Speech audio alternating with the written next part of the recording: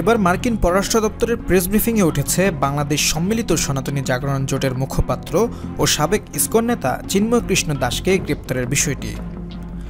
দপ্তরটির উপমুখপাত্র বেদান্ত পেটেল বলেছেন, অপরাধে অভিযুক্তদের উপযুক্ত আইনি সুযোগ দিতে হবে, সে সঙ্গে মৌলিক স্বাধীনতা ও মানবাধিকার বজায় রেখে আচরণ করা প্রয়োজন।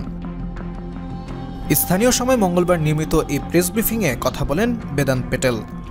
এতে এক সাংবাদিক বাংলাদেশে হিন্দুদের বিরুদ্ধে কথিত সহিংসতার কথা উল্লেখ করে যুক্তরাষ্ট্রের পক্ষ থেকে সমাধান করার কোনো পরিকল্পনা আছে কিনা জানতে চান।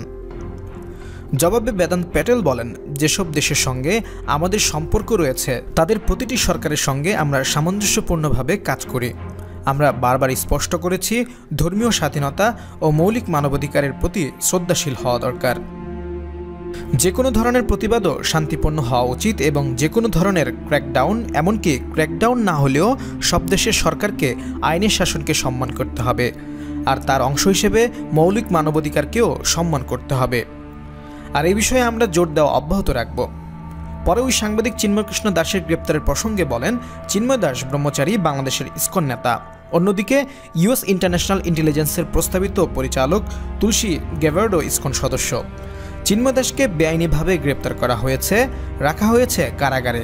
এমনকি বাংলাদেশের কোনো আইনজীবী চিন্ময় কৃষ্ণ দাসের পক্ষে দাঁড়াতে রাজি নন, কারণ তার আইনজীবীকে মারধর করে হাসপাতালে পাঠানো হয়েছে। এ বিষয়ে আপনারা কি কোনো ব্যবস্থা নেবেন?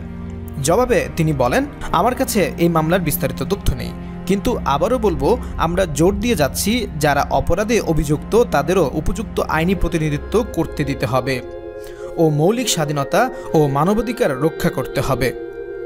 রাষ্ট্রদ্রোহ সহ একাধিক মামলায় গত 25 নভেম্বর বিকেলে ঢাকা থেকে চট্টগ্রাম যাওয়ার সময় হযরত শাহজালাল আন্তর্জাতিক বিমানবন্দর থেকে ইসকনের সাবেক সংগঠক চিন্ময় কৃষ্ণ দাসকে গ্রেপ্তার করে পুলিশের বিশেষায়িত গোয়েন্দা শাখা ডিবি।